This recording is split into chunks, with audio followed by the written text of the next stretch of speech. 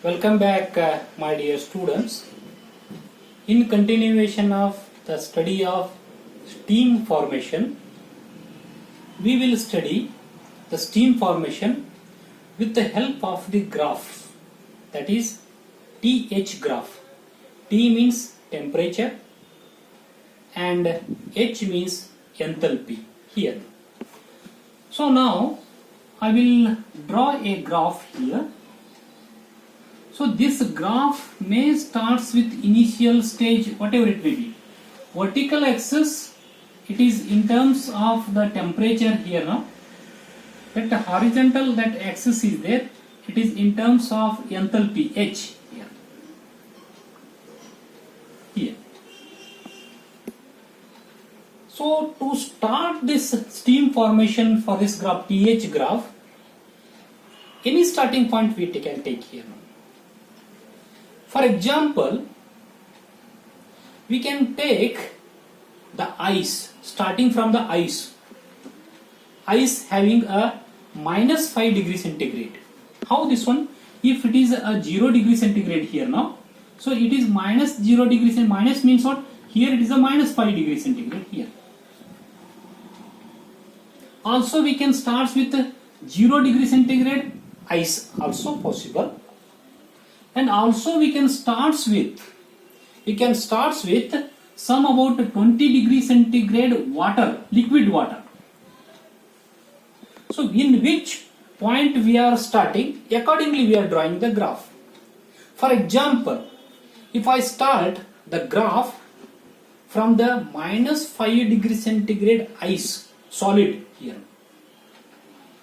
So next what I will do, so if in a container, in this container, if the ice is there, so this is the ice here of minus 5 degree centigrade. Then I am going to add the heat to this ice. What happens here now? So next what happens? Its temperature will be go on increasing here, like this. What happens? Minus 5 degree centigrade will becomes minus 4, minus 1, and it will becomes a 0 degree centigrade here now. It remains as a solid till up to 0 degree centigrade. It will remain as a solid. Temperature is changing here. So here it is called as the temperature of melting, heat of melting here now. Melting will starts. It remains as a solid here now. Only temperature is increasing here now.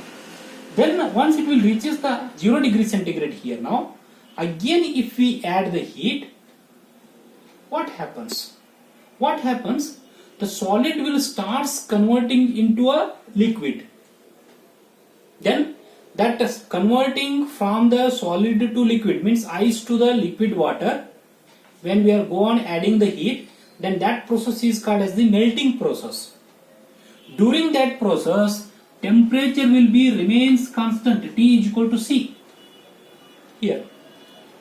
So next, after that, all 1 kg, for example 1 kg of the ice it is there, all 1 kg of the ice will becomes what here now? Liquid here. Ice having a very small volume, when it will becomes a liquid here now, it is having a volume Vf. F means liquid, as I have told. It will become some more volume here now, because more the randomness in the molecule will comes here now once it will becomes a liquid. So now at this point here, all 1 kg of the ice will becomes 1 kg of liquid here.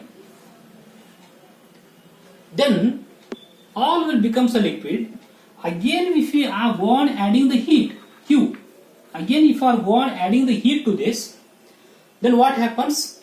Its temperature will starts increasing here. So for example what? Its temperature will starts increasing like this here. How much? Taken as a pressure is constant here now. I will take the piston cylinder argument, it is weight, it is there here. This is a pressure here. This pressure is taken as a constant for all the experiment here. The pressure is constant here. Then if you go on adding the heat to this 1 kg of the liquid here, liquid water, or water. So what happens here now? Its temperature will be increases up to what? Up to at a normal pressure, as I have told here now. It is the saturation temperature around about 100 degrees centigrade here. What happens? It will reaches the 100 degrees centigrade. After the 100 degrees, whatever the heat we are added here now, so from this liquid water to reach this saturation temperature, that heat is called as the sensible heat. That heat is called as the sensible heat here. From the 0 degree centigrade liquid to that 100 degree centigrade saturation temperature, amount of the heat we are added, it is called as the sensible heat. It is represented as in terms of the enthalpy HF. Here, amount of enthalpy, that is a heat content. Enthalpy means it is a total heat content. The amount of the heat added from the 0 degree centigrade water or liquid water to saturated temperature about 100 degree centigrade at a constant pressure. So then the amount of heat added is called as HF. It is called as a sensible heat here. Now what? 100 degree centigrade liquid water. Again if we add the heat here, what happens? Because it is 100 degree centigrade saturated the temperature, the water will starts converting into a vapor. Yeah. Once the water will starts converting into the vapor here, temperature will be remains the same as I have told. Whatever the heat it is there, it is utilized to convert its phase from the liquid to the vapor. If it is 1 kg of the liquid water it is there, to convert all 1 kg of the liquid water to 1 kg of the vapor, the temperature will be remains constant. Only the phase conversion is taking place here now. So till up to a certain point here, temperature will be remains the same. T is equal to C. Temperature is constant here. So amount of that heat which is added here now. So amount of the heat added to convert its phase, that heat is called as the, as I have told, it is called the latent heat here now. So this is indicated as, that is HFG here. So this is called as the HFG here now. So what happens at this point here now? All 1 kg of that liquid, so liquid has been converted into a vapor here now. At this point it is a vapor. Totally it is a vapor here now. So then total amount of that heat added here, that will be indicated as Hg here now. Why it is Hg? Because that now it is in gaseous phase. G is for gaseous phase, H is for the fluid, means liquid phase we are using. Why it is HFG here now, latent heat here? Because during the conversion of the liquid to the vapor, both the dry water particles, means vapor particle, as well as liquid particles, both are present. Mixture is present. That's why F is also there, G is also there, HFG is there. So therefore total heat it is added is called as the Hg.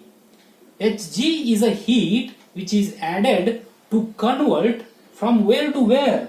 To convert from the 0 degree centigrade liquid water to, that is the saturated 100 degree centigrade vapor, totally vapor here. That's why it is Hg. So therefore what is the formula we are getting here now? Hg is equal to Hf plus H into Hfg here.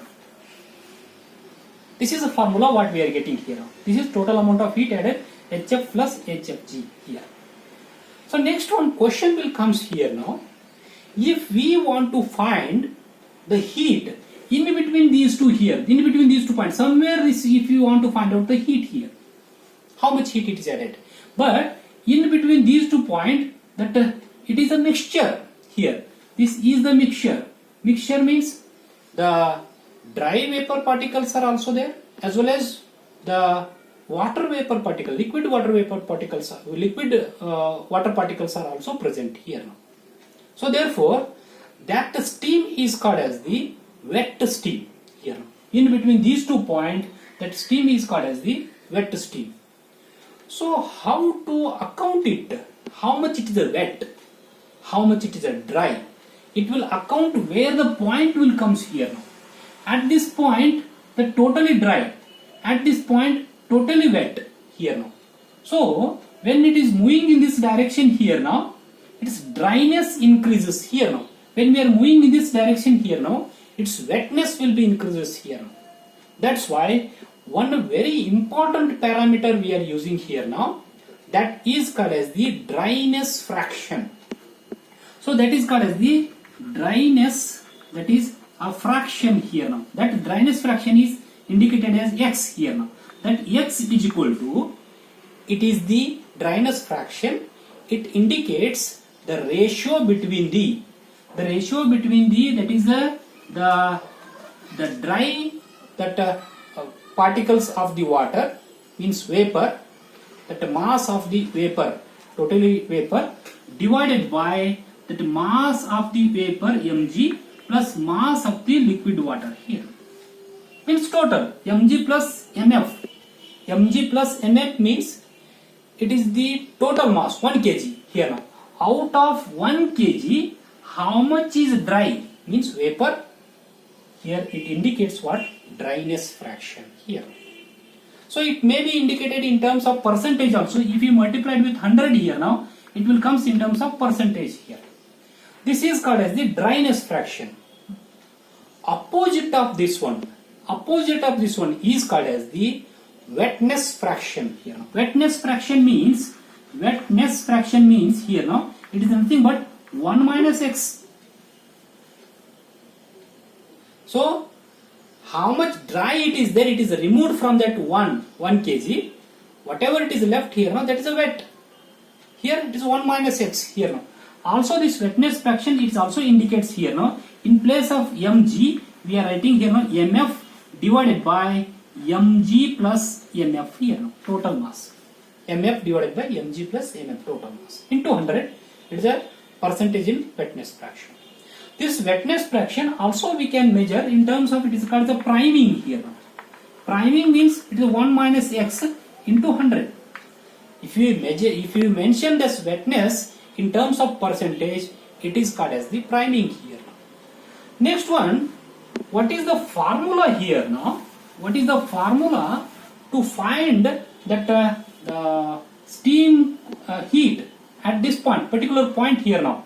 So therefore it is nothing but here now, enthalpy of the wet steam or heat of the wet steam is equal to HF is there, because up to this point heat added, it is same here now, this is a HF here now, plus this one means what here now, this is HFG is there, but it is not all is dry, because some wetness is there here now. So therefore dryness fraction x into HFG here. So therefore whenever we are finding the enthalpy, that the dryness fraction x has to be multiplied to the HFG. If it is a very dry saturated steam is there, only it is Hg is equal to HF plus HFG will comes here. So up to this point it is over now, it is a dry saturated steam. Again if we want to, if we are adding the heat to that steam, it is a dry steam here now, then no phase conversion, because already it is a reached vapor phase, its temperature starts increasing here. So therefore the temperature will be starts increasing. Somewhere this temperature will be reaches here at this temperature line here. Somewhere it will be reaches here now. It is called as the superheated temperature, T sup. In some books it is also taken as a TU here now. Superheated temperature here now. So this temperature is what here now? This is a TS, saturated temperature here now. So now at this point the steam will becomes what? The steam will becomes the superheated steam. It has a very wide applications here. So how to find out this total the heat for the heated steam here now up to this? So therefore H sup or HU is equal to, up to this one is what? Hg, yes, Hg here, then plus this much amount of the heat. This is the amount of the heat is what here now? This is the amount of the heat which is added to increase the temperature from the Ts to Tu or T sup here now. So therefore this is equal to plus Cp in the bracket T sup here minus Ts. So this is the amount of that heat to produce from 0 degree centigrade water, here liquid water, to the superheated that steam here. That is HU or H soup is equal to Hg plus Cp, difference between the saturated temperature and superheated temperature. So difference between this saturated temperature and superheated temperature, it is also called as the superheat. Superheat means what? It is nothing but it is the T soup minus Ts. It is also called as the degree of superheat. How much degree of superheat is a very important parameter to design a thermal systems, because high temperature, it is a materialistic that properties come into the picture here now. More high temperature material has to withstand. So therefore, in case of the steam turbine, how much superheated temperature is there, it depends on the materials used for that steam turbine here now.